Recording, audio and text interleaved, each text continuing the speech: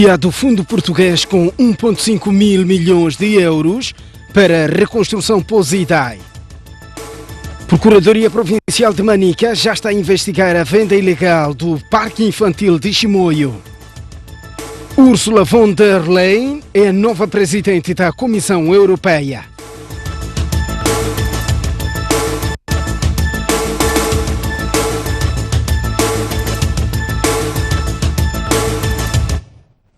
Muito boa noite, e este é o Jornal. Moçambique e Portugal assinaram hoje 13 acordos de cooperação em diferentes setores no quadro da quarta cimeira bilateral entre os dois países. O destaque vai para o Fundo de Apoio à Reconstrução pós-Idai, ou melhor, pós-ciclones, com 1,5 milhões de euros já angariados e a prorrogação até 2020 de uma linha de crédito de 400 milhões de euros. É um dos pontos mais altos da segunda visita de Estado de Filipe Nyusi a Portugal. Na quarta cimeira bilateral, os dois países já assinaram acordos de cooperação na área de energia, turismo, recuperação do património histórico português em Moçambique, diagnóstico e tratamento de doenças oncológicas, investigação e saúde, religião, ação social, além da administração pública. Mas o destaque mesmo vai para a prorrogação de uma linha de financiamento para a reabilitação de estradas nas províncias de Tete e Niassa, além da criação do Fundo de Apoio à Reconstrução pós-ciclones. O primeiro-ministro português, António Costa, fala de uma grande vontade dos portugueses em apoiar os moçambicanos. O Fundo de Apoio à Reconstrução para Moçambique, sob a gestão do Instituto Camões, acaba precisamente de ser constituído com fundos públicos, mas sobretudo com a contribuição generosa de muitas entidades privadas, aliás, a boa demonstração da mobilização do conjunto da sociedade civil para apoiar Moçambique e os moçambicanos nesta tarefa urgente da reconstrução e da recuperação depois desta tragédia. Ainda hoje de manhã, na intervenção que fiz na abertura do seminário económico, tive a oportunidade de referir que o fundo seria constituído com um valor inicial de 1,2 milhões de euros. Amanhã correu bem e acabou por já ser constituído com 1,5 milhões de euros. Creio que ao final do dia poderemos ter melhores notícias ainda sobre a dinâmica de reforço deste fundo. Além do Fundo de Reconstrução, outros acordos assinados estão orçados em cerca de 90 milhões de euros. O presidente da República voltou a agradecer o apoio e manifestou o desejo de ver a cimeira bilateral alcançar resultados concretos. Esta iniciativa portuguesa, que envolve o setor público e privado, é de saudar.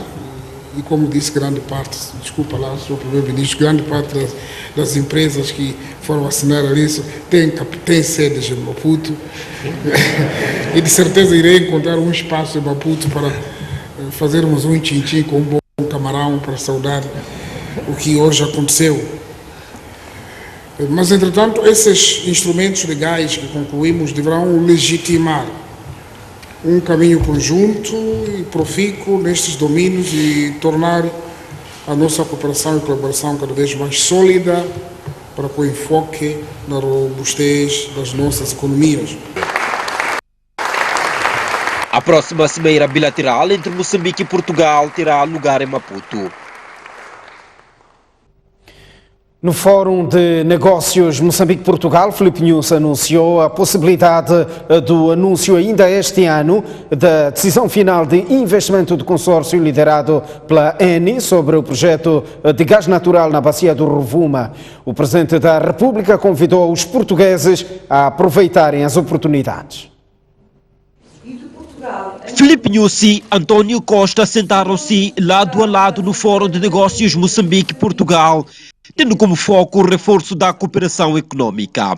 Os dois governantes falaram das oportunidades de investimento dos dois países, com atenção ao gás natural. Estamos também a trabalhar arduamente para ver se a outra área de exploração do gás e que possa também produzir a decisão final, se possível, ainda este ano, e isso poderá nos conduzir mais ou menos a 61 mil milhões de dólares de investimento, e isso vai ser importante.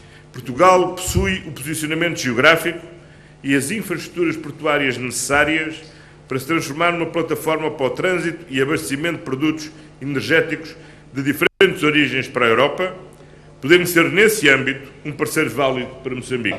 O empresariado português ouviu atentamente e depois colocou as suas preocupações, algumas das quais respondidas pela delegação. Há uma grande dificuldade em abrir a conta bancária. Isso tem sido uma patente nos bancos. É preciso ter um certificado de residência fora, é preciso apresentarem uma carta abonatória do vosso banco de Portugal, no caso, e o NUIT, que penso que é a vossa principal dificuldade.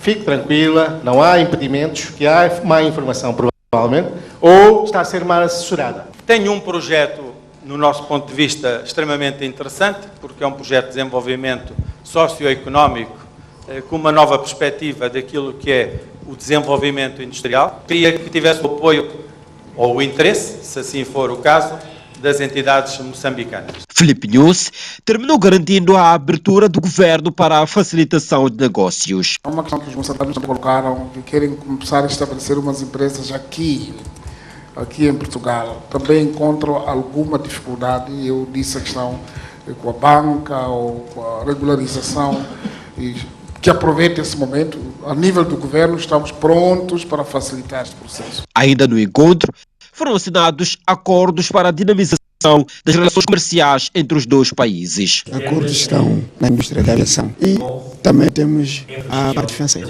Temos a FIDE, a Sociedade Financeira, que vai trabalhar conosco para aumentar as linhas de financiamento para o país. O Presidente da República diz que os empresários devem decidir se querem ser lobistas ou verdadeiros homens de negócio. Em Lisboa, Filipe Nunes exigiu foco aos empresários. Antes dos encontros de negócios entre o empresariado nacional e português, Filipe Nunes se reuniu com a delegação empresarial que o acompanha e deixou recados. Exige foco para evitar aquilo que chama de prostitutos de negócios e fala da existência de lobistas no setor privado nacional. Vejam em todas as áreas, diversifiquem as áreas. É verdade que não fiquem, entre aspas, prostitutos em negócios, fazer isso, fazer aquilo, depois não consegue fazer metade daquilo que tu achas que podes fazer. É preciso ter uma certa vocação, mas há a possibilidade de pensar em diversificar, e isso vai ajudar bastante o desenvolvimento do nosso país. É verdade que uns têm vocação para ser lobistas, mas é preciso decidir se quer ser empresário ou quer ser lobista. Mas se ser lobista também ganha dinheiro. Sim, existe isso, sim. Isso é profissional, porque há coisas que se eu não consigo, por exemplo, negociar, tratar uma carta de condução ou ser uma licença, eu pergunto, Pacheco, você, sim, tem uma empresa que ajuda isso, então faz serviço, eu só preencho, ele carrega, vai lá, isso ganha-se dinheiro dessa maneira. Mas é só questão de decidir que eu quero ser isto, não ser as duas coisas, três coisas ao mesmo tempo, pois acabamos não percebendo bem qual é o vosso papel neste movimento todo. Numa altura de janelas de oportunidades com a exploração de recursos naturais, alerta para a necessidade dos empresários serem credíveis. Uma credibilidade que espera que se faça sentir nos contactos com os portugueses. Para podermos ser credíveis, porque durante a reunião, o seminário que tivemos em Pemba, uma das coisas que soava era a qualidade de serviços, a prestação de serviços, ou a credenciação. As pessoas têm que ser empresas aceitas internacionalmente com Standard, com Prafon. Então, se nós não temos essa capacidade, não fiquemos a murmurar, porque eu já não estou muito para aceitar que o empresariado moçambicano fique a reclamar, não me dão isso, porque essa pessoa que é dado também é pessoa, existe e começou de uma maneira. E uma maneira de conseguir lidar é aderir-se a quem que sabe fazer, depois ser credenciado, ser aceita, e depois vamos avançar até na altura que nos libertamos. E são justamente as oportunidades na exploração de recursos naturais que o setor privado espera vender aos investidores portugueses.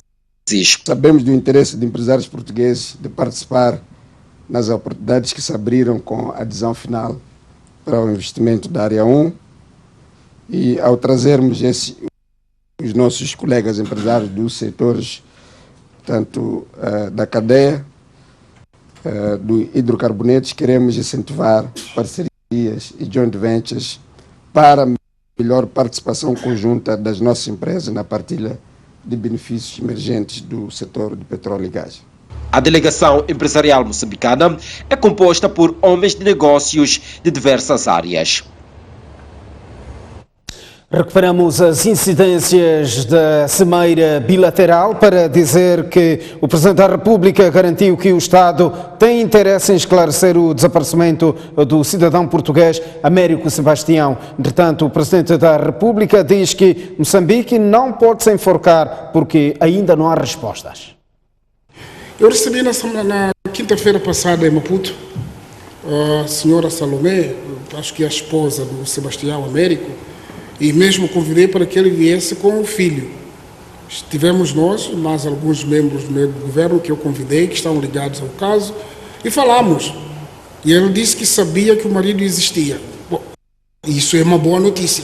Se sabe, naturalmente, pode nos ajudar como nós podemos encontrar, ou então dizer também ao governo português, porque ele colocou esse problema a todos os níveis de estruturas em Portugal, incluindo o primeiro-ministro. Não temos outra explicação e não podemos nos enforcar porque esse assunto aconteceu. Nós o que temos que fazer agora é continuar. O processo ocorreu na Sardica, entrou na PGR, não se encontrou, passado algum tempo encerrou-se, mas a pedido da família reabriu-se o processo, ainda está na Procuradoria e temos estado a fornecer essas informações. Colocamos à disponibilidade do governo, é verdade que o pânico é enorme. Nós tivemos até uma anciã em Chimoio que foi assassinada, que é portuguesa. Então, cada caso tem que ser estudado. Se houver tendência de uma família nacionalizar um caso, isso já pode ter consequências talvez imprevisíveis para o Estado. Mas, neste caso, nós, Moçambique, temos clareza que esse não é um problema do Estado, é um problema concreto e pontual que tem que ser esclarecido. É nossa preocupação que esse cidadão apareça, e sobretudo quando a família diz que existe. A União Europeia promete desembolsar os fundos prometidos para a reconstrução pós-Idai a partir do próximo ano. De acordo com o respectivo embaixador em Moçambique, atualmente decorrem os acertos para a disponibilização dos 200 milhões de euros. Na conferência fizemos pledge, compromisso de 200 milhões de euros da parte das instituições da União Europeia, 100 milhões doação, 100 milhões através de créditos preferenciais concessionais do Banco Europeu de Investimento. Para além disso, por volta de 100 milhões de euros foram também comprometidos por parte dos Estados-membros. Portanto, volume global de uns 300 milhões, 200 da parte das instituições. Agora, esse dinheiro, esses fundos que são mais para a reconstrução, naturalmente precisam de um espaço de tempo para poder ativar os mecanismos. Qual é a previsão? Agora estamos, a partir do início do ano próximo, esses fundos vão estar já em Moçambique. Portanto, agora estamos na formulação das diferentes intervenções que temos que fazer conjuntamente também com o governo, que seja no âmbito das infraestruturas ou da segurança alimentar. Temos feito uma formulação, uma identificação das diferentes intervenções da nossa parte. Temos que chegar a um acordo com o governo moçambicano imediatamente depois aqueles programas começam a ser implementados. Estamos agora nessa fase. Abordagem para acompanhar na íntegra no grande entrevista que será exibido nesta noite na STV e STV Notícias. A Procuradoria Provincial de Manica diz que está a investigar os contornos do contrato de cedência do Parque Infantil de Chimoio pelo município para gestão privada sem observância da lei. Afinal, o assunto do aparente negócio ilegal entre o anterior edil de Chimoio, Raul Conde, e o Grupo Armil, tendo como objeto a cedência do Parque Infantil, num período de 45 anos, já é de domínio das autoridades de justiça. Recebemos uma participação de um grupo de cidadãos ou munícipes E Inácio Vumbuca, porta-voz da Procuradoria da República em Manica, disse à STV que o caso já está sob investigação. Vamos por partes. Falta de visto do Tribunal Administrativo. Do ponto de vista legal, passa necessariamente que o mesmo contrato seja visado junto do Tribunal Administrativo. Visado, processo que poderá lhe dar a sua eficácia e dando força para a execuibilidade do próprio contrato. E, naturalmente, a falta desse procedimento, considera-se que algo esteja irregular. Havendo irregularidades, quem já foi notificado? O único contato que se fez foi junto do presidente do Conselho Autárquico, naturalmente o atual, tendo em conta que este contrato foi firmado no mandato anterior.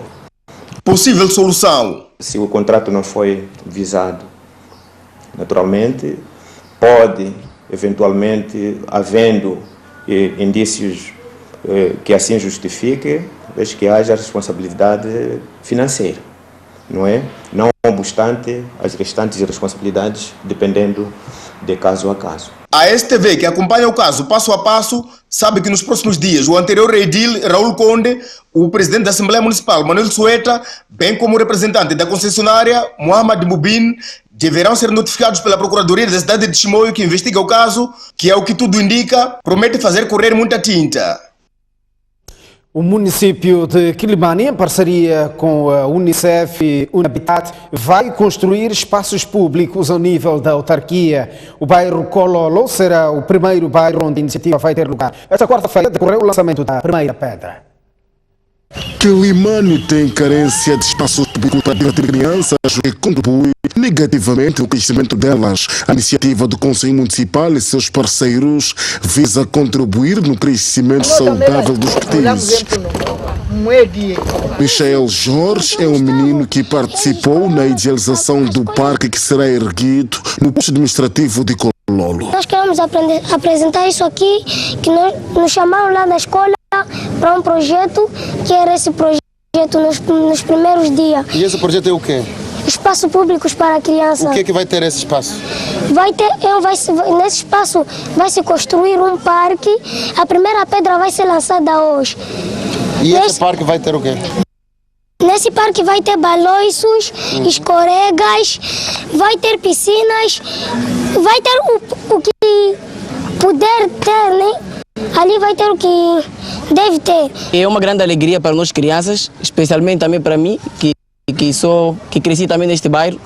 E agora estando no Parlamento Infantil Nacional e ver que as crianças do meu bairro têm acesso a um parque infantil é muito positivo, porque nós não tivemos. O projeto vai custar $20 mil, cerca de 1,5 milhão de meticais. Este processo estamos aqui a levar a cabo, que vai terminar com a construção desses espaços públicos, visa de certa forma também influenciar para que mais bairros, mais cidades possam abraçar essa iniciativa que o município de Quilimane está também a desencadear como um dos municípios pioneiros aqui em Moçambique. Com o apoio e financiamento do UN Habitat e do Unicef, nós concebemos este espaço que vai servir para a diversão das nossas crianças. E agora nós queremos também avançar para o 5º posto e para o 4º posto. Portanto, a ideia é cada posto poder ter uma biblioteca, como aquela que está ali, mas também ter um espaço público como este. Este é apenas o primeiro espaço público. Refira-se que, para além de Quilimane, cidade de Maputo é outro ponto que vai beneficiar de iniciativa do género. Cerca da metade da população nacional vive na pobreza, o que pode comprometer o cumprimento da meta de eliminar a pobreza até 2030. A STV mostra-lhe a seguir o cotidiano de uma população que vive num bairro pobre de Nampula, onde os vivos convivem com os mortos. Bairro de Muatala, cidade de Nampula. As crianças tomam banho neste pequeno curso de água. Este adolescente recorre à lixeira local para conseguir carvão vegetal para preparar os alimentos em casa. A ocupação desordenada do território e o deficiente saneamento do meio constituem a imagem mais comum. A tarde chega, os membros desta família sentam-se para tomar a primeira refeição do dia. Dona Joaquina tem 35 anos de idade. Ela é chefe desta família, composta por 6 crianças. 3 são suas e 3 são do seu falecido irmão. Ela representa muitas mulheres moçambicanas que, para poderem prover sustento, acabam se desdobrando em pequenos negócios. A refeição de hoje, pelo menos para o almoço, é chima e feijão. Por enquanto, é o que ela conseguiu para poder alimentar os seus. Costuma lutar muito para as crianças comer. Se não comer, é culpa minha. Aconteceu alguma coisa com essas crianças, a culpa é minha. Então é isso mesmo que estou a lutar, tudo produto para pelo menos comer alguma coisa da barriga. No mesmo bairro existe um cemitério circundado de casas. O assunto já não é tão anormal por aqui, até porque alguns adolescentes aproveitam para sentar-se debaixo das árvores nas tardes quentes. Quase que aqui vivemos mesmo assim mesmo, né? A maneira que quando o tempo mesmo de inteiros, não inteiros, nós recolhemos crianças para lá dentro. Estes moçambicanos fazem parte da estatística que mostra que 46% da população nacional vive na pobreza. Miguel Ali está a fazer o doutoramento em desenvolvimento humano no Brasil. Para si, é preciso políticas específicas para cada local e acredita que a descentralização política em curso é uma oportunidade para o alcance desse objetivo. A descentralização tem em vista essa questão da participação popular, trazer o povo às estruturas municipais para poder trabalhar, ou seja, qualquer entidade local. A questão de políticas micro, em particular, é muito importante. E aqui nesse processo de descentralização que é a oportunidade de poder passar, discutir política e de forma específica a resolver questões daquela comunidade. Moçambique escreveu os Objetivos de Desenvolvimento Sustentável das Nações Unidas, que preconizam como primeiro objetivo acabar com a pobreza em todas as suas formas e em todos os lugares até 2030. Assinala-se hoje o Dia Internacional Sem Sacos de Plástico, numa altura em que no país continua a ser um dos produtos mais consumidos. Os cidadãos de Maputo refletem sobre os riscos ambientais e de saúde que o saco plástico representa. Foi em 2015 que Moçambique iniciou uma guerra contra o plástico, com a aprovação do Decreto número 16/2015, de 5 de agosto, que proíbe a comercialização e o uso do saco plástico no território nacional. Volvidos os 3 anos, o plástico continua a ser um dos produtos mais consumidos. Por exemplo, na cidade de Maputo, em contentores de lixo nota-se o plástico a dominar os resíduos sólidos. No cumprimento da lei, alguns comerciantes entrevistados pela STV dizem ser desafiante convencer os seus clientes a pagarem pelo saco plástico no ato de comprar. Exatamente. Bem, a maioria dos clientes tem assim reclamado quando a gente cobra os plásticos, pensam que a gente está a fazer isso por vontade própria, entende? Então, realmente, eles reclamam, mas a gente sempre tem que vender uma coisa. Os clientes nos ameaçam, quando a gente abandona, nós não vamos comprar mais nada, mas pronto, lei é lei, né? Temos que cumprir. É verdade que há certos clientes que não aceitam isso. Eu sou cliente há muito tempo, como é que você hoje vai me falar, mas pá, lei, não podemos fazer nada. Só para se ter uma ideia, entre 500 bilhões e 1 trilhão de sacos plásticos são consumidos anualmente em todo o mundo. O Dia Internacional Sem Sacos Plásticos, assinalado esta quarta-feira, apela à mudança de comportamento de todas as pessoas do mundo relativamente ao uso de sacos plásticos devido ao seu mau impacto ambiental. Um pouco difícil, porque no nosso dia a dia é quase que impossível viver sem usar o saco plástico. Mas eu acho que podíamos começar a usar melhor e saber como e quando usar. Dos entrevistados, há quem sugere a substituição do plástico pelo papelão. Eu optava em usarmos o outro tipo de sacos, né? Sacos de papel, ou talvez que se usa outro tipo de material. Começar, tem que sensibilizar, né? Ou dar uns munícipes para se usar outro tipo de plástico, né? O papelão, neste caso. Porque o próprio plástico que nós usamos dia após dia prejudica o próprio meio ambiente. Então, se optasse mais em usar o outro tipo de plástico, que é o papelão neste caso, acho que era o mais benéfico para o nosso próprio meio ambiente. Refira-se que os sacos de plástico são constituídos por resinas tóxicas oriundas do petróleo e levam cerca de 500 anos a decompor-se. Saímos a esta altura para uma curta pausa. Voltamos dentro de instantes com mais informação. Até já. Muito boa noite, uma vez mais estamos de volta ao jornal e continuamos a olhar o país. Moçambique quer criar aliança com o Brasil no desenvolvimento dos projetos de hidrocarbonetos. O interesse foi manifestado esta quarta-feira em Maputo, quando do segundo seminário sobre gás e petróleo entre os dois países. Em que Moçambique já faz contas dos encaixes futuros dos projetos de exploração do gás natural liquefeito do norte do país, em particular na área 1 da bacia do Rovuma, em Cabo Delgado, cuja decisão final de investimento foi tomada esse mês. O país manifestou interesse em ter o Brasil como parceiro neste processo. Com instituições como a Agência Nacional de Petróleos, Brasil, Petrobras, Instituto Brasileiro de Petróleo, Gás e Biocombustíveis, entre outras, com a larga experiência na área de petróleo e gás, o Brasil é, sem dúvidas, um dos países com que Moçambique deve procurar estabelecer alianças. Sempre vamos contar com o Brasil em tudo, não só na indústria do gás, mas em tudo aquilo que é a vida de um povo.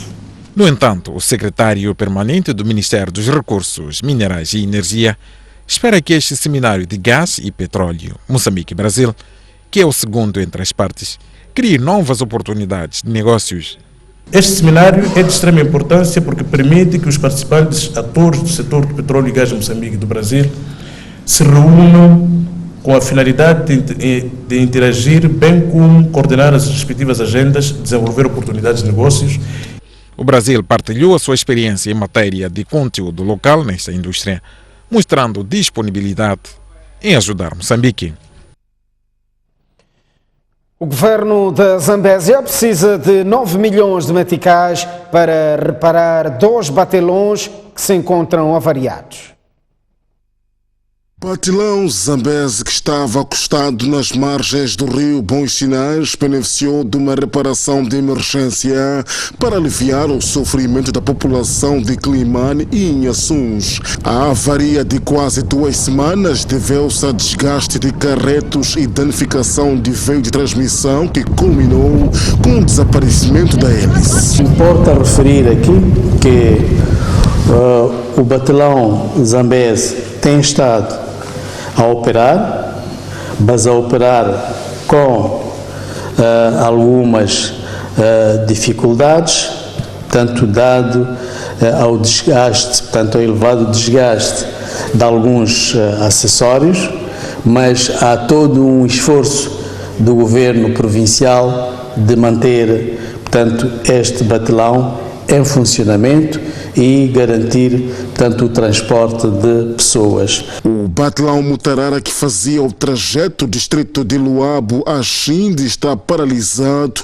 desde o mês de agosto de 2017, devido à avaria relacionada com infiltração de água. Este batilão continua inoperacional porque há intervenções de vulto que devem ser realizadas, tanto nomeadamente eliminar as infiltrações, portanto intervir nos motores que têm um nível elevado de calcinação e, como sabem, esta atividade foi adjudicada a uma empresa moçambicana que o governo está a fazer o respectivo acompanhamento. No global, o governo precisa de 9 milhões de meticais para a reparação destes importantes meios de transporte de carga e passageiros.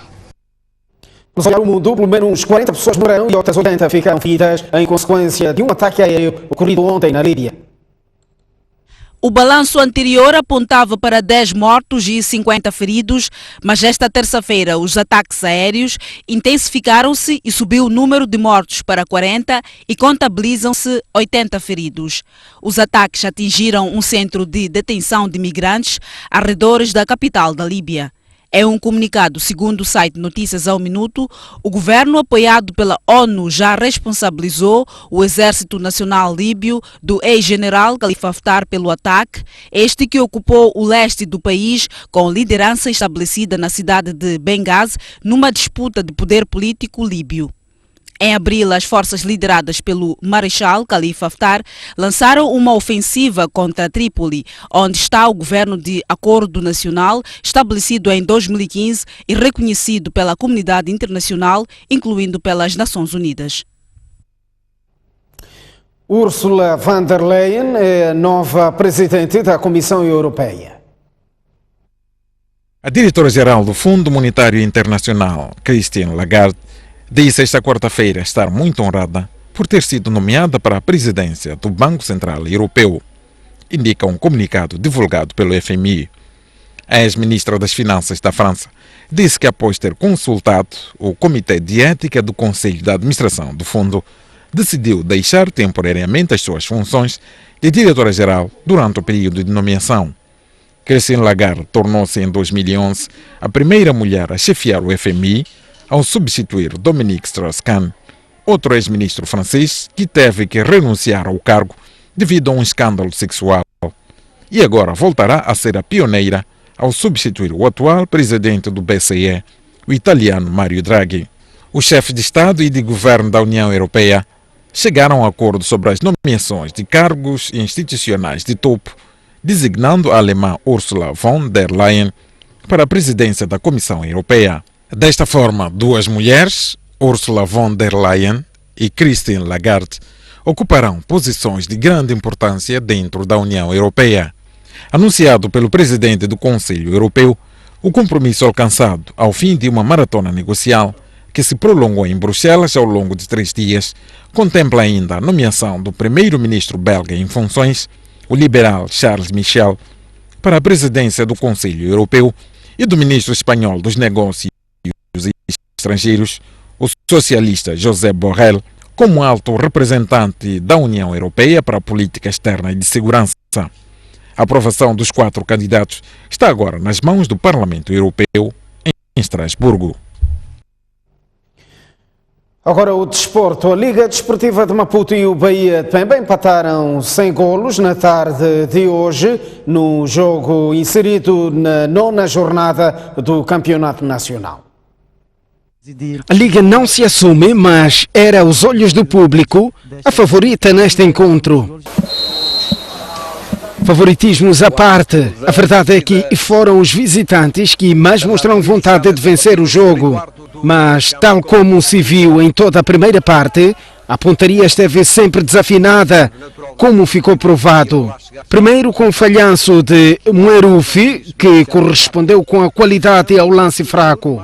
Numa jogada ao estilo do famoso cop and paste, mas a diferenciar-se pela defesa de Pinto, o Bahia voltou a ser perdulária. Saiu para fazer a mancha. Aos 36 minutos, a Liga respondeu, mas os pés dos atacantes ficaram curtos e ninguém sequer arriscou a fazer-se ao lance. Descompensada quando... Com nulo no marcador, os pupilos de Nilton Terroso e Minati Shabani recolheram os balneários. Bahia de Pemba também 0. A segunda parte podia ser de vez, mas o que se viu foi mais do mesmo. De novo o Bahia acelerou, de novo o Bahia rematou, mas Pinto, sempre ele, negava que o marcador fosse alterado. E hoje o remate. Aos 68 minutos, a Liga ficou a pedir penalti neste lance, mas o árbitro assim não entendeu e mandou jogar. O Bahia de Pemba não acusou pressão e até bateu Pinto neste lance, arrumando a bola no fundo da gaveta aos 83 minutos, mas o árbitro já havia assinalado fora de jogo e anulou o golo. Poucos minutos antes do fim do jogo, Momas ainda fez esta maldade, mas nada que desse uma pincelada de cor, beleza e arte a um jogo pobre e agressivo, com quase 30 faltas e nenhum golo. Mas a nível da qualidade de jogo que fizemos, na minha opinião sincera, foi o pior até agora, nestas 9 jornadas.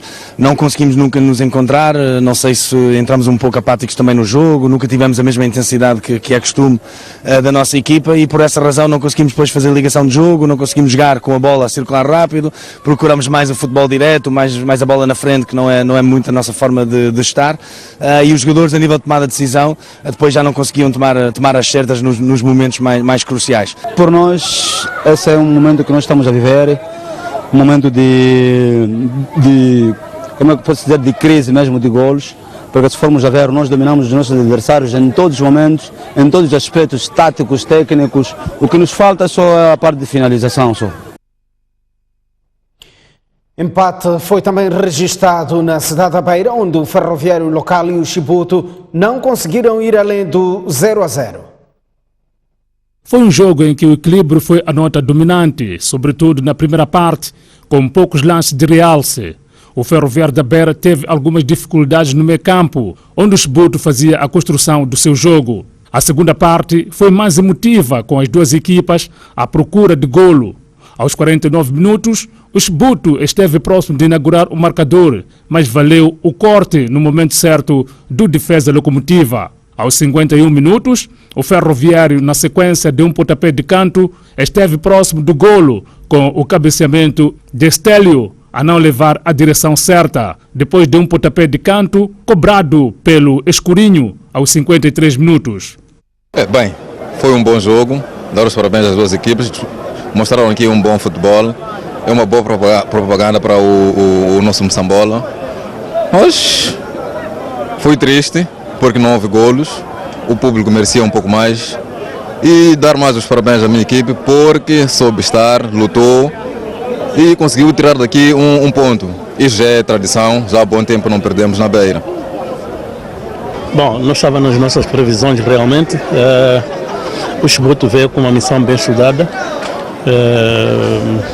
primeira parte praticamente não criamos nenhuma oportunidade de golo, em que em algum momento notou-se que o Chibuto chegou à nossa baliza, visitou mais vezes na nossa baliza, porque a nossa equipa não esteve apenas na primeira parte, mas fomos na segunda parte, a nossa equipa já esteve muito melhor, encostamos o Chibuto quase no reduto do adversário e pecou realmente por falta de golo. No sábado, o Ferroviário da Beira defronta o Teste do Pungue e o Chibuto Futebol Clube recebe o Desportivo de Maputo.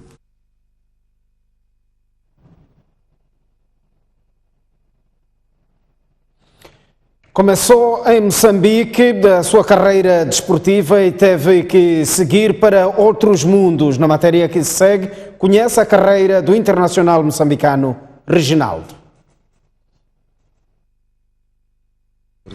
Reginaldo foi melhor marcador da Liga Albanesa com 14 golos, tendo recebido a Bota de Ouro. O Internacional apresentou a nossa reportagem este importante troféu que marca indelevelmente a sua carreira. O Internacional está de férias e decidiu escalar a sua terra natal. Não foi fácil conquistar essa bota. Já estava lutando muito tempo para poder conquistá-la. Na época antepassada também estava na disputa e na época passada foi o culminar daquilo que sempre lutei para conquistar. Eu tenho aqui a bota comigo, é o culminar de 3 temporadas que eu tive na Albânia, de muito sucesso e de muito sacrifício, sobretudo, e estou muito feliz por conquistar essa bota. Reginaldo marcou um dos golos do Kukes na final da Taça da Albânia, em que a sua equipa venceu o Tirana Futebol Clube por 2-1. O atleta descreve o momento nos seguintes termos. Sim, foi um momento muito especial. Foi especial porque desde sair de Quilimane, tenho cá a minha família, sempre vim acompanhando nos meus jogos cá em Quilimane, desde sair para fora de Quilimane. Nunca tive por perto a minha família, né? E naquele jogo da taça, meu filho nasceu na Albânia, e eu disse para a minha namorada que ela tinha que ir comigo para o estádio, porque era um jogo muito especial. Já tinha perdido a final uma taça na época passada e foi um momento muito especial que ficará marcado para sempre na minha carreira. Qual foi o segredo para uma época de muito sucesso? tudo na vida temos que fazer com amor, né? Sacrifício sobretudo, mas só por estar fora do país já é uma dificuldade. E depois chegares lá e vencer e conquistar o que eu conquistei, para mim é algo que não se explica. Eu sou um jogador com objetivos traçados, muito claro, e foi o que eu fiz. Cheguei lá, trabalhei e quem trabalha no final conquista o que eu conquistei. Depois da excelente prestação esta temporada, Reginaldo diz que vai deixar a Albânia para seguir outras paradas do mundo do futebol, mas não avança o nome do seu próximo clube. Tive várias propostas. É claro que como eu estava a dizer, quando se tem sucesso, quando faz uma época como eu fiz, há sempre interessados. E tive muitos interessados. E eu escolhi em partir da Albânia porque o que eu queria conquistar na Albânia conquistei. E agora assinei para um novo clube que não interessa dizer agora, porque ainda vou viajar. E porque o atleta também joga para a seleção nacional, questionamos sobre que futuro espera dos Mambas depois do fracasso nas eliminatórias para o CAN 2019. A nossa eliminação, ou seja, a eliminação da seleção nacional foi um momento muito triste para todos os moçambicanos, não só para nós os jogadores. Foi um momento muito triste porque todos queríamos estar no CAN. Eu principalmente não estou a acompanhar o CAN porque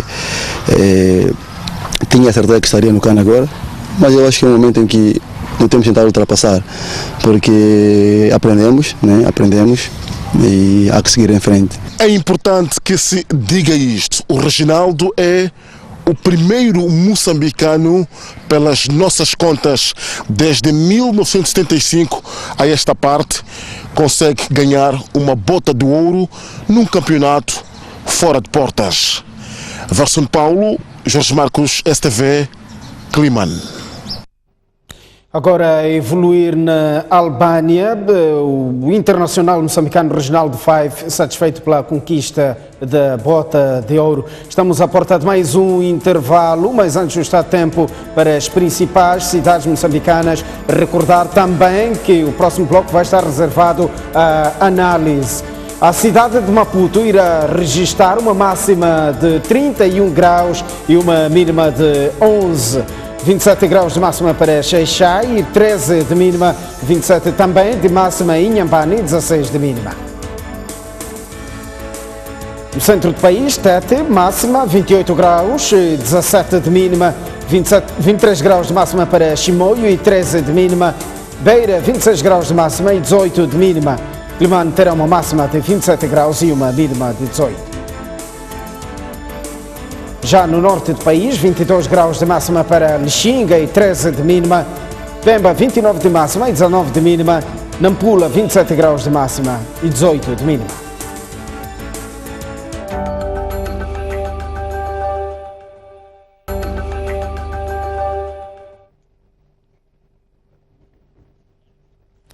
Muito boa noite, caro telespectador, seja bem-vindo a este espaço de comentário.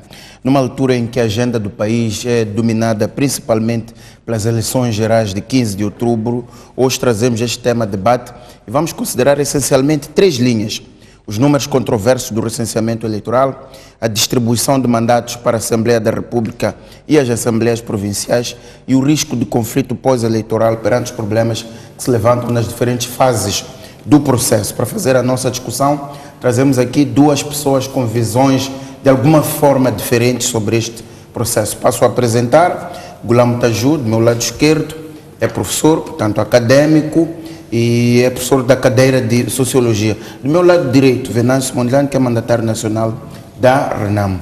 Venâncio Mondlane, começo por si. A minha primeira pergunta é sobre os dados do recenseamento eleitoral, em particular os de Gaza, perdão, que são os números mais controversos.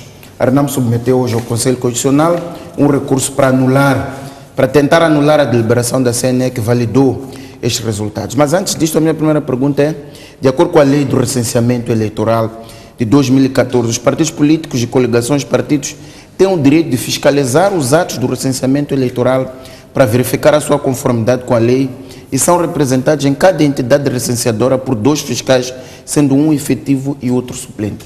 A minha questão é por que todos estes problemas levantados hoje, a Renamo, se teve estes fiscais, não notou estes problemas e não os colocou em sede própria na altura? Muito boa noite, obrigado, Macido, pelo convite e boa noite aos telespectadores.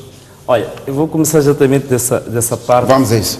Que é, digamos, o leitmotiv ou o argumento, digamos, mais comum quando se quer, digamos, branquear a realidade do recenseamento.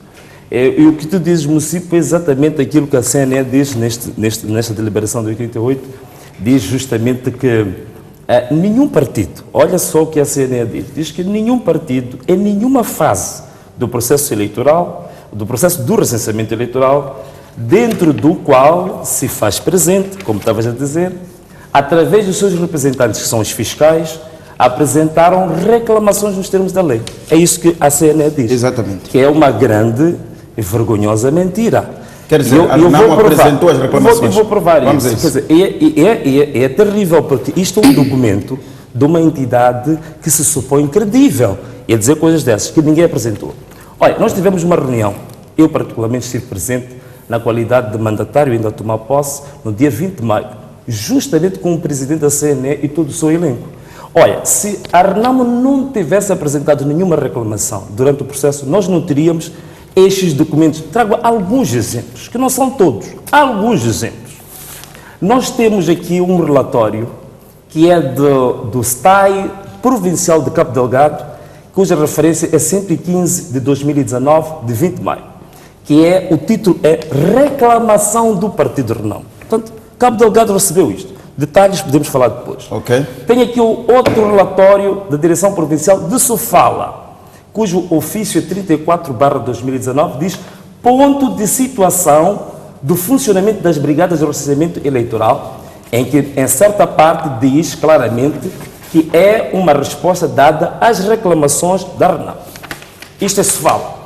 Temos também outro caso, um relatório da Direção Provincial do STAI de Manica, de 9 de maio de 2009, e diz que é atinente à reclamação da Renamo. Portanto, não foi dado, já percebemos que tem aí os elementos. Temos de Zambésia, temos não foi dado seguimento a essas reclamações. Todas as reclamações foram apresentadas por escrito em todas as províncias, não temos tempo. Por que a CNE vem dizer que elas não existem? Não, é isso, quer dizer, para mim é gravíssimo que uma entidade como a CNE diga que nunca houve, que nenhum partido apresentou. Portanto, isto mostra claramente que a CNE, à partida, ela não está a agir de forma honesta, isenta e imparcial neste processo. Essa é a primeira questão. E para quebrar de uma vez este argumento que é sempre recorrente. Mas o Renamo ter lá fiscais, por que esses fiscais não verificaram? Nós temos os tais fiscais verificaram. Nós temos documentos. E mais, vou dizer mais. No dia 20 de maio, para além das reclamações apresentadas nos distritos, eu pessoalmente levei, com o elenco que é comigo, provas adicionais. Por exemplo, aconteceu em Gaza o recenseamento de menores. Eu entreguei pessoalmente provas de recenseamento de menores ao presidente da Comissão Nacional de Eleições. Portanto, houve a tal reclamação na entidade recenseadora. Nunca respondeu a esta questão do recenseamento de menores, nunca respondeu à questão do recenseamento dos estrangeiros, que apresentamos provas. Até hoje não temos resposta sobre isso. Muito bem, passo aqui para Gulam, e Gulam, do seu lado, vamos tentar aqui explorar os números que são apresentados. Nós vimos que o Secretariado Técnico da Administração Eleitoral, o STAI, declarou, pelos números que apresentou, que 80% da população da província de Gaza tem 18 ou mais anos de idade. Portanto, são pessoas com capacidade de recenseamento. A minha questão é que, do ponto de vista demográfico, social e econômico, acha que é possível explicar estes números? Já ouvimos vários intervenientes da sociedade civil, o professor Antônio Francisco, que é professor, é demógrafo, a dizer que não é possível que estes números estejam certos. Qual é a sua observação? Muito obrigado e muito boa noite, caros telespectadores. Esta é uma belíssima oportunidade também para nós partilharmos aquilo que é a nossa visão, o nosso sentimento e a nossa reflexão sobre esta situação do recenseamento eleitoral, que, ao que tudo parece, foi dos recenseamentos com maior cobertura em termos daquilo que tinha sido planificado. para níveis de 2019 de 80%, mas com o global é 91%. Portanto, não são muitos países que cobrem, que conseguem isso. Portanto, este é um aspecto a ter em conta. Exato. Agora, há aspectos que nós temos que tomar em conta. Há alguns, nas nossas análises, por vezes, temos alguns apriorismos. Okay. Não nos despimos de alguns pressupostos nossos e então vamos com lentes já viciadas para olhar para os fatos. Se nós olhamos para os resultados das eleições, só o que foi recenseado em 2019, portanto, Cabo Delgado atingiu 101%, Zambésia 103,63%, Gaza 103,77%. Mas estamos a criar um bicho de 7 cabeças à volta de Gaza. Portanto, daquilo que é o projetado, estas duas províncias, Zambésia e Gaza, apresentam números quase próximos em termos de taxa de realização. Portanto, não vê qualquer anormalidade nos números da província de Gaza? Não vejo em especial o enfoque. E qual é o problema que me parece surgir aqui? É que parece-me pensarmos com estes apriorismos de que Gaza é Frelimo. Então, como ali aconteceu isto, há qualquer coisa feita pela Frelimo. E temos que ter em conta, se em Gaza, por exemplo, vou pegar nos resultados passados para desmistificar esta coisa de pensar em Gaza apenas. Vamos a isso. Nas eleições passadas, o número que a Frelimo tem na Assembleia da República, que são 144 lugares, 14 vieram de Gaza, mas 19 vieram de Cabo Delgado, 18 vieram da Zambésia, 22 vieram de Nampula. Portanto, o grau de participação, a contribuição das diferentes províncias, no número global que faz a vitória da Frelimo, estamos a tribalizá-la desnecessariamente. Mas há uma questão que é colocada aqui, é que estes dados contrariam os dados do INE, de alguma forma, que fez o censo da população e habitação. Quando dizemos que 80% da população em Gaza tem 18 anos ou mais, portanto tem capacidade eleitoral, estamos a dizer que o resto, apenas 20%, não tem. Quando a realidade detectada pelo Instituto o nosso Instituto de Estatística é de que a maior parte da população, não só do país como da província de Gaza, são menores e jovens sem idade para o recenseamento.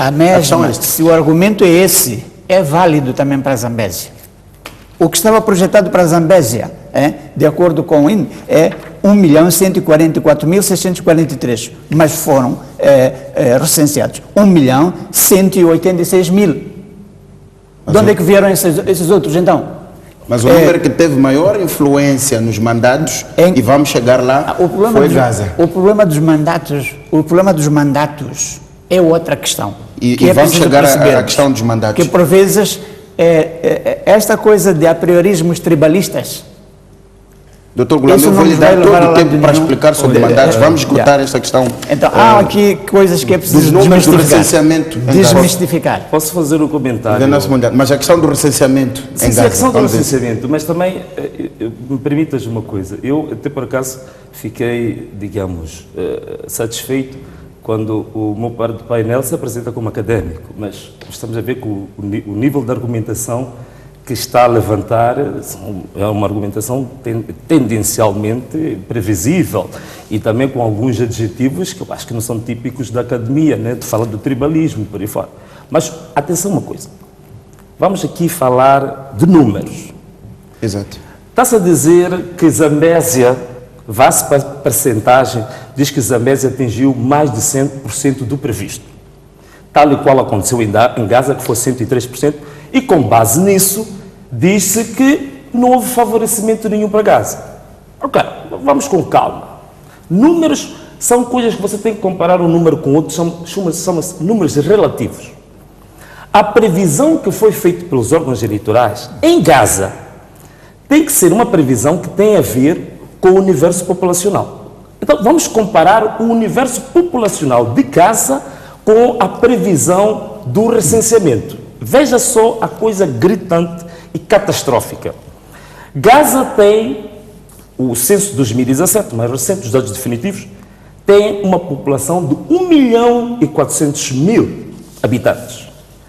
A previsão que os órgãos eleitorais fazem para Gaza é de 1.144.000 recenseados. Isto significa que estão a prever recensear 80% da população global de Gaza. Exato. Mas veja agora a contradição, por exemplo, com os exemplos que foram utilizados aqui da Zambésia e Nampula. Zambésia tem 5,1 milhão de habitantes, foi previsto 2 milhões de recenseados, que equivale a 40% da população. Significa, para a Zambésia, os órgãos eleitorais fazem uma projeção de recensear 40% da população, que é aquilo que a ciência diz, que é mais ou menos a média nacional da população, que tem 18 mais para cima. Em caso de Nampula, que tem 5,7 milhões de habitantes, foi previsto 2,7 milhões de recenseados, que equivale a 47%. Portanto, em Nampula, em Zambésia, os órgãos eleitorais prevêem recensear abaixo de 50%. Em Gaza, prevê recensear 80% da população. Olha, se você coloca 80%, se você atinge 100% de uma população que tinhas projetado a 80%, há de ser superior naturalmente em termos proporcionais com uma população que você logo à partida só escolheu 40% dela. Portanto, esses números têm que ser vistos com alguma ciência, alguma técnica. E vou dizer mais, há um outro elemento aqui que é preciso colocar. É preciso notar como é que a distribuição das brigadas de recenseamento foram feitas. Há um estudo muito interessante que o ADS faz sobre isso. Vais ver que o crescimento do último recenseamento eleitoral para cá, Gaza teve um crescimento de brigadas de 25%. Nampula, Zambésia, que tem a maior população, só cresceu menos de 10%. Portanto, aqui está mais do que claro a tendência. Professor Taju, a questão da proporção entre a população geral e a população recenseada. Estes dados, 40% da população é que foi recenseada na Zambésia, 47% na Nampula, e vimos Gaza dispara o dobro da população recenseada nestas duas províncias. Há alguma explicação que possa fundamentar? O que está-se a dizer, efetivamente, olhando para aquilo que é a população projetada com a idade para se recensear, de acordo com os dados do INE. Para Gaza eram 575.055. População com idade igual ou superior a 18 anos. E foram recenseados 596.000. Zambésia era 1.144.000. Foram recenseados 1.186.000. Portanto, há aqui uma conversa que eu digo, a priorística, e isso é ciência. A ciência tem que se livrar, tem que se distanciar dos apriorismos. Quando já construímos a nossa racionalidade com apriorismos, não ficamos bloqueados para nada. Desculpa, vamos deixar terminar. Desculpa. E seria bom nós termos uma conversa mais elegante. Sim, vamos a isso. Até porque está mais elegante, sem essas interferências. Portanto, é preciso que a gente também se dispa disto. E olhar Acha que há muito preconceito? Há muito preconceito. Há ideias já preconcebidas por causa dessa questão da influência do Partido Frelimo em Gaza. Olhamos para os mandatos também de 94 para 2014, província por província, vamos ver também qual é a evolução. No seu entendimento, não há uma alteração do padrão aqui? E mesmo estes mandatos de 22, mandatos para Gaza, estamos a pressupor que são da Frelimo. São mandatos que devem ser conquistados pelos partidos todos. tal como os 13 mandatos de Niassa, os 23 de Cabo Delgado. Ninguém tem os mandatos cativos. Ninguém tem os mandatos cativos. Eu estava a dizer que em 2014, olhando para a situação de 2014, quais eram os mandatos que nós tínhamos? Maputo província eram 14. A Frelimo ficou com 12. A Renamo ficou com 3. O MDM com 2. Gaza eram 14. Houve a totalidade com a Frelimo. Em Inhambane eram 14. Por exemplo, um grande aspecto que ninguém toca é a queda tendencial de Inhambane. Parece que não faz parte da paisagem política do país. Inhambane, desde 94 até hoje, está a cair o número de mandatos. De 18 em 94, passou para 17 em 99, para 16 em 2004, 16 em 2009, 14 em 2014 e agora 13. Portanto, são essas coisas que eu chamo, que é preciso olhar para olhar para a globalidade do país e pensar que aqueles 250 lugares na Assembleia da República são para ser ocupados por moçambicanos. Vivam onde viver. E os partidos, a sua responsabilidade é conquistar esses lugares. Estejam na Zambésia, estejam em Cabo Delgado, estejam em Niassa. O país é nosso. Professor, ninguém tem feudos próprios. Exato. E parece-me que estamos a construir esta feudalização ideológica. Exato. Mas a questão, como eu levantei no princípio, da proporção entre a população geral e a população recenseada. A população geral, ao nível de todas as províncias do país, ela é homogénea. Temos mais jovens, temos mais crianças. Estes números de 40%... Se formos entrar por essa via, vamos encontrar também esta questão de homens e mulheres. A minha cidade da Matola teve mais homens a recensearem-se. Não vê problemas nestes dados em que na Zambésia 40% o meu colega da população foi recenseada? do debate transferiu a sua residência para Matola A. Foi recensear-se na escola primeira EP1. Só para vermos também estas mobilidades. Mas só para passarmos para outros pontos. É só para percebermos ao dado objetivo. Há mobilidade. Houve mobilidades também neste processo. Mobilidade e isto física. É que justifica que na população geral, na Zambésia e na Nampula, tenham sido recenseadas 40% e 47% respectivamente, e em Gaza tenha disparado para 80%. É possível, é preciso analisar estas questões ainda, é preciso investigar, não andarmos num campo especulativo. Neste momento é especulação. Temos que cavar e ver porque que acontece. Se eu volto para uma outra realidade, o recenseamento da população no país todo. Maputo província, nestes últimos 10 anos, disparou 60%. A população de Maputo província subiu em 60%. De 2007 para 2017. A de Maputo cidade subiu 0,8%. Niassa está em segundo lugar com 49%. O que explica que subiu tanto a população do Niassa? 49%. Se fosse Tete, podia pensar no carvão, mas está em terceiro lugar. Portanto, estas coisas todas nós temos que ter a sensatez suficiente e o tempo necessário para verificar o que explica isto. Estas mudanças demográficas ocorridas, mesmo olhando para o recenseamento no seu global. Ter a mesma proporção de tempo. Vamos, a questão mesmo para ter a população no seu global. Preciso ter a sensatez para analisar os dados já com mais frieza. Claro. Olha, município, eu fico muito admirado. Sim.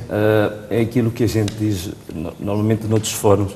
Não é aquilo que eu confesso com os meus lábios que automaticamente corresponde àquilo que eu sou. Não é? Então, a gente está a falar de ciência e depois tudo que a gente diz é uma verdadeira antítese da ciência, quer dizer, um anátema da própria ciência. Olha, uma coisa simples que eu vou te colocar aqui com números, que é a seguinte: a população, os dados do Instituto Nacional de Estatística dizem que a população moçambicana, ela, na fasquia de 18 anos para cima, a média nacional, mas atenção que isto varia de província para província, a média nacional é de 47%. Isso equivale a uma idade mediana do povo moçambicano de 16 anos de idade. Isto é, a maior parte da população moçambicana anda tendencialmente no gráfico que é dos 16 anos de idade. A maior parte da população moçambicana. Lógico que você chega na Zambésia em 45, em Nampula em 47, mas a média é por volta de 46, 47%, que é a população que tem de 18 para cima. O que justifica, especificamente em Gaza, teres quase o dobro disso? Tu tens 80% da população de Gaza, segundo estes dados, com idade eleitoral. O que justifica? E eu digo uma coisa, nós podemos estar aqui a fazer uma discussão como quisermos, os números dá para fazer tudo. Mas isto é um problema para mim, que já não é um problema da Frelimo, já não é um problema da Renamo, já não é um problema do MDM, já não é um problema da CNE, já não é um problema do STAI. Este é um problema nacional. Nós não podemos, como nação, aceitar que um órgão que se pressupõe e se espera imparcialidade, autonomia, e a gente investe parte do nosso tesouro público, faça manipulação do recenseamento. A própria lei do recenseamento diz claramente que situações de manipulação do recenseamento são crimes de agravantes especiais. Para mim, isto é uma situação que há indícios criminais aqui. Significa que o problema não é um problema meramente politizado. Isto é um problema de justiça, isto é um problema penal também. É por isso que eu digo, a PGR devia, neste momento, oficiosamente atuar sobre esta matéria, porque nós estamos a pôr em causa um Estado devido a questões de tendências, extremismos, fundamentalismos partidários. Estamos a pôr em causa instituições públicas, instituições que devem servir os moçambicanos. Isto é uma coisa gravíssima. Olha, há um dado aqui que é muito interessante, que as pessoas ainda não analisaram. Toda a gente, eu vi todos os artigos, falam de 80% de adultos em Gaza. Não é isso. Qual é a questão? Porque, olha, atenção uma coisa, nós estamos a falar de 80% em função do universo dos recenseados. E assumimos que os 20% são os tais que não têm idade eleitoral, isto de 18 anos para baixo. Mas não é verdade, porque nesses 20% ainda existem aqueles que são adultos, mas que não se recensearam. E se nós ponderarmos isto, mais ou menos com a média da abstenção nos últimos anos, significa que os 20% que não for recenseamento, nós vamos ter provavelmente 10 a 11% de crianças. O resto são adultos que não se recensearam. Logo, dos cerca de 1.400.000 habitantes em Gaza, se nós usarmos este ponderador, nós só temos mais ou menos 140.000 crianças em Gaza. O resto são adultos. É incrível. Estes padrões não são padrões de Moçambique. Estes padrões são anticientíficos. E digo mais, não são anticientíficos, são antiéticos. São criminais. E você tem 150.000 crianças em Gaza, significa que você está a dizer que os padrões demográficos de Moçambique estão comparados à Noruega. Ainda não chegamos a essa fase. Este é um problema nacional, tem que se sacar responsabilidades e é um problema criminal que existe aqui. Muito bem. Sobre a questão do recenseamento, sobre os números de Gaza e números de outras províncias, penso que já está aqui tudo claro. O Guilherme entrava já na questão dos mandatos, que é esta questão que provoca esta discussão toda. Que através destes números definem-se os mandatos ao nível da Assembleia da República. Gaza vai ter um aumento exponencial de 9, depois temos Nampula que desce 4, Zambésia desce 2, Sofala desce 2, tanto a zona norte, que é Nampula, Zambésia e Sofala, estas três províncias, perdem 9 assentos no próximo mandato. Há aumento de 1 em Inhambane, 3 em Maputo, 1 em Cabo Delgado, 1 em Manica. Qual é a observação que faz destes números de mandatos em função do recenseamento? Até porque já estava a entrar para a questão dos mandatos e a dizer que a principal razão para esta celeuma toda, para estas questões que são levantadas, tem mesmo a ver com os mandatos. Tem a ver com os mandatos e tem a ver com o apriorismo gazense. Mas o apriorismo gazense ele não é um dado consolidado. Se olharmos para os resultados das eleições desde 1994, a esta parte, a Frelimo é que sempre... A vitória e os lugares que cada um dos partidos tem na Assembleia da República é feito pelo país inteiro. Eu disse, estes nossos deputados desta vez. Eu tenho aqui os dados todos de cada um dos partidos, província por província, de 2014. Portanto, eu estava a dar o exemplo da Frelimo. São só 14 lugares que a Frelimo, do bolo da Frelimo, que tem na Assembleia da República, a contribuição de gás é 14. A contribuição da Zambésia é 18. A contribuição de Cabo Delgado é 19. A contribuição de Nampula é 22. Porque, por vezes, também criamos, em alguns círculos, tendências de pensar que Nampula é não sei quantos, Cabo Delgado é não sei quê, Zambésia é não sei quantos. É país nosso. Esta ideia de que este processo eleitoral pode ter sido manipulado em benefício do Partido Frelimo e que o Partido Frelimo avança para as eleições já em vantagem em função dos resultados do recenseamento eleitoral, para si não faz sentido? Não faz sentido porque o Partido Frelimo não se concentra, tal como a Renamo, tal como o MDM, ou não se devem concentrar em províncias que acham que são suas cativas, que são seus feudos. Isso não é fazer política.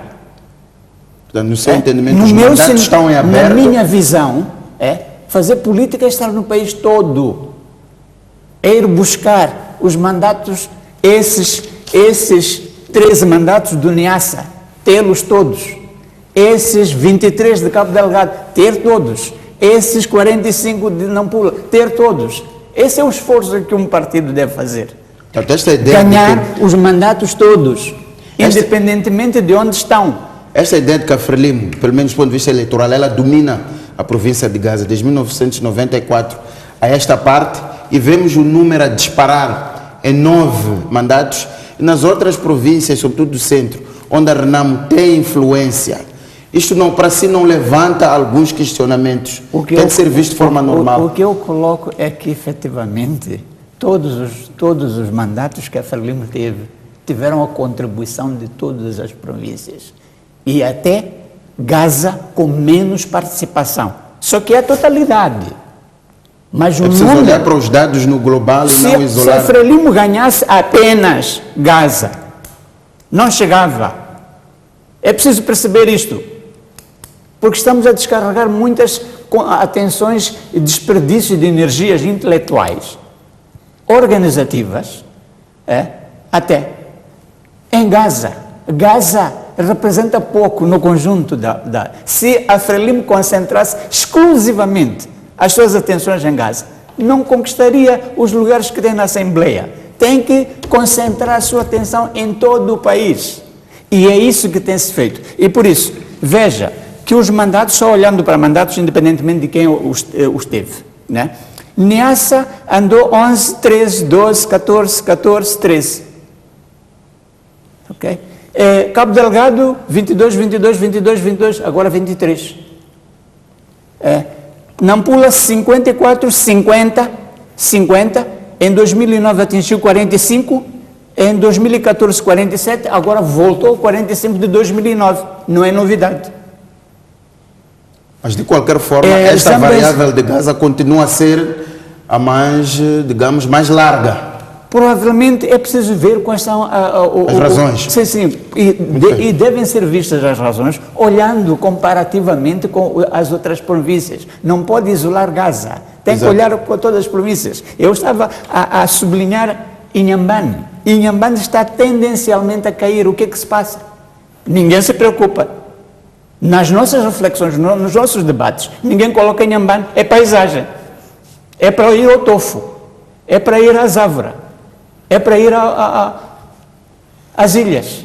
Venâncio, a questão dos mandatos... Então, temos que olhar para o país no seu todo. Exatamente. E os partidos, a maior luta de qualquer partido é conquistar aqueles 250 mandatos, independentemente de onde estão. Ficou claro que a ideia sobre os mandatos. São moçambicanos que a ideia que corporizam. Olha, eu fico cada vez mais decepcionado Desculpa, essa expressão não é muito elegante do ponto de vista da conversa que estamos a ter. Tinha dito que queria um debate urbano. Portanto, eu não disse o que vem a seguir. Só falei de sessão e já está me interrompendo.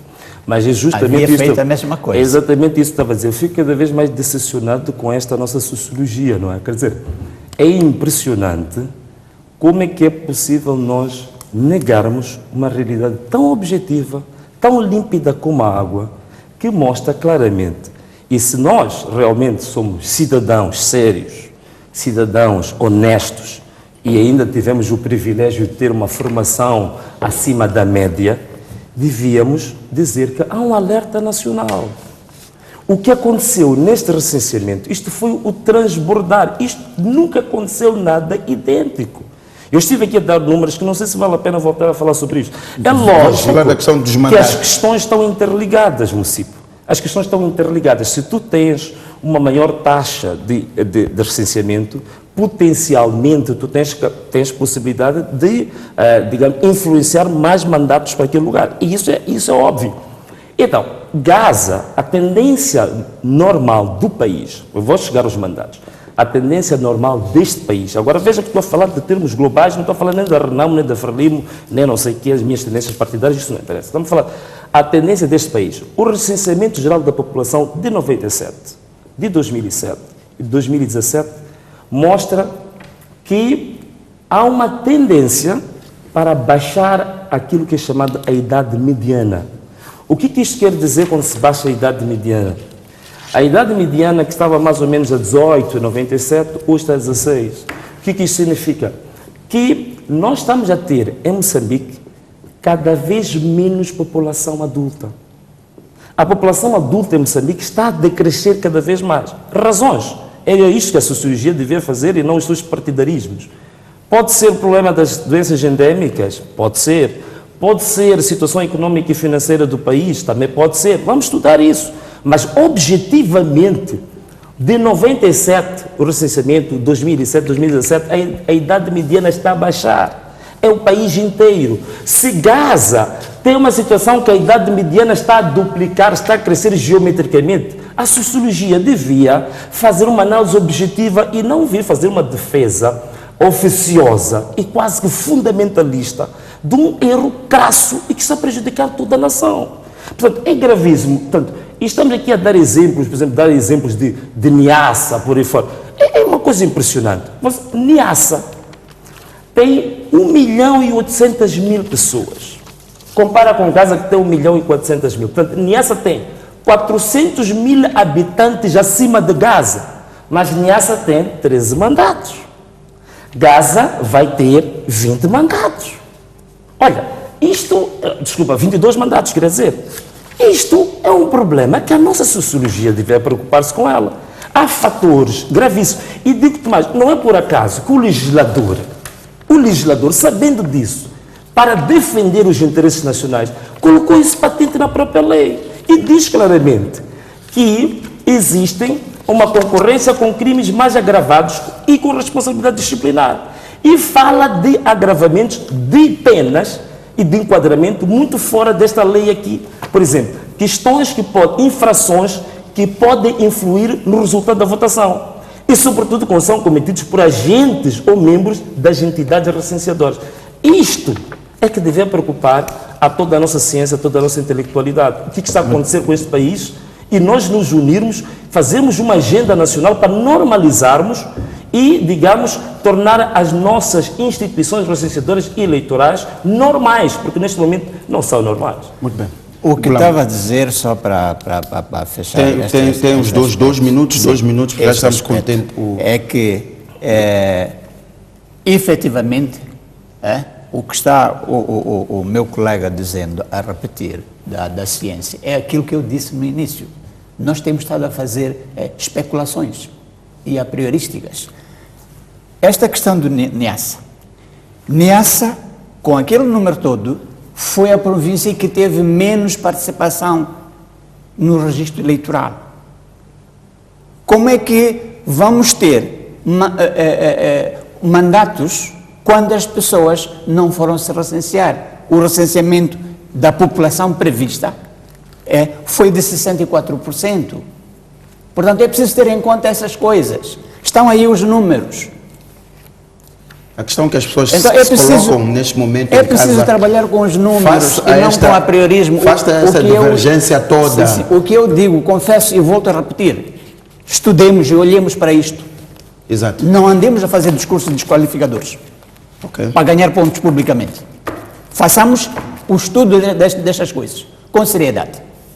Gulam, e não verborreias. A pergunta que as pessoas fazem em casa, face a estas divergências, estes pontos de vista vários, que corremos o risco de ter conflitos depois das eleições. A questão fundamental é esta também, que nós temos que saber sentirmos como país, a cidadania, o patriotismo, precisamos de cultivar. E aqui gostaria de sublinhar uma coisa, que é outro aspecto que infelizmente me magoa nos últimos tempos, é a grande ingerência externa nos assuntos locais. Ele está a rir, sabe perfeitamente o que estou a dizer. A grande ingerência externa. Se nos outros países o diplomata faz relações diplomáticas apenas, mas aqui manda, façam isto, votem nisto, vão vigiar locais de votação. Portanto, é preciso que também saibamos olhar para o país como nosso e defendê-lo. E não sermos telecomandados. Alguns são telecomandados por países que estão aqui aparentemente amigos quando têm os seus interesses. Amanhã um dia vamos acordar e chorar por causa dessas coisas. Então, as questões relativas à gestão eleitoral, primeiro, vou fechar por aqui, é que mesmo em 2000, estamos a discutir tanto, em 2014 nós tínhamos quase 11 milhões de eleitores, mas quantos foram votar? 5 milhões. 52%. A abstenção em Maputo foi de 40%, em Gaza foi de 44,5%, em Inhambane 45%, por aí fora. Portanto, mesmo estes números que temos ali, não é líquido que todos eles vão votar. Mas isso não altera o número de mandatos. Não altera o número de mandatos nem na Assembleia da República, nem nas Assembleias Provinciais. O número de deputados continua o mesmo. O trabalho fundamental que cada partido tem que fazer é conquistar o eleitorado, para daí ter os mandatos, os 250 no seu global. Muito bem. Venâncio, essa é que é a parte estamos mesmo a fechar. Com muito mais elegância numa a questão que as pessoas fazem face a toda esta polêmica, que eleições é que nós teremos no dia 15 de outubro? Claro que a partida há quem está à procura de fazer uma infecção capital, quer dizer, logo no princípio. E me preocupa um pouco esta nossa ciência que nós estamos aqui a levantar, quer dizer, faz-me recordar um pouco um livro de um grande filósofo que falava da miséria de alguma ciência. Quer dizer, nós estamos aqui a falar de Lixinga, de Niassa, que houve menor participação.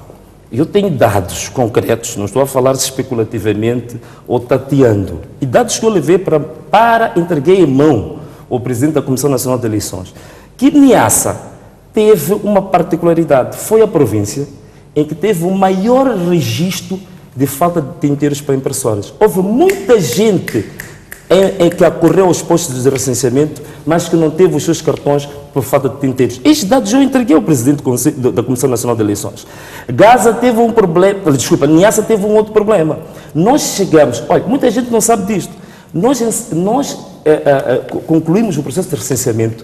Há bairros em Moçambique que não tiveram um único posto de recenseamento a funcionar. E um desses bairros, curiosamente, é em Niassa e Lixinga, que foi o bairro popular. Nós tivemos casos graves desses. Portanto, houve uma combinação de fatores que levaram com que alguns lugares já previamente definidos para ter uma certa taxa de recenseamento o tivessem. Portanto, não é tão linear e tão fácil como se diz. Agora, para terminar esse assunto, eu volto a fazer aqui menção.